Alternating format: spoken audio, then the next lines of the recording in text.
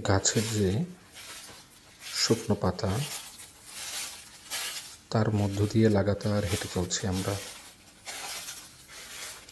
এই মর্মর শব্দগুলি আমাকে মনে করিয়ে দেয় যে এই 21 শতকেও আমাদেরকে কতটা আমাদের অতীত টেনে ফেরে। আসলে মানুষ যতটাই আধুনিক হোক না কেন, মানুষ সবসময় তার অতীত এবং আদিমতার পিছনে সময় দিয়েই যাবে।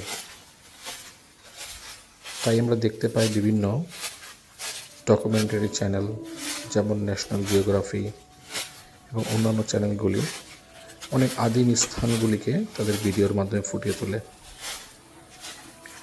আমি যখন বাংলাদেশের এই প্রান্ত থেকে অন্য প্রান্তে ছুটে ফিরি, তখন সেই আদিমতা আমাকেও খুব বেশি পেয়ে বসে। এই একটার পর একটা জঙ্গল ক্রস করছি, বড় বড় গাছের ফলগুলি খাচ্ছি, পশু পাখির ডাক শুনছি, এই জঙ্গল থেকে সে জঙ্গলগুলিতে রাত কাটাচ্ছি। এক অন্যরকম শান্তি কাজ করে নিজের অভ্যন্তরণে। এই ব্যাপারটি আসলে তারাই সবচেয়ে কাছ থেকে বুঝতে পারে যারা ঠিক এ ধরনের জীবন কখনো কাটিয়েছে।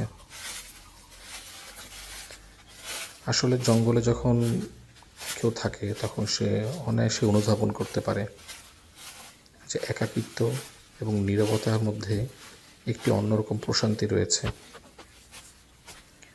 আমরা বন্ধুরা যারা এই ভিডিওতে রয়েছে, তারা একটার পর একটা স্থানকে হেঁটে আমরা পার হচ্ছিলাম আর সেই আদিমতার স্বাদ নিচ্ছিলাম।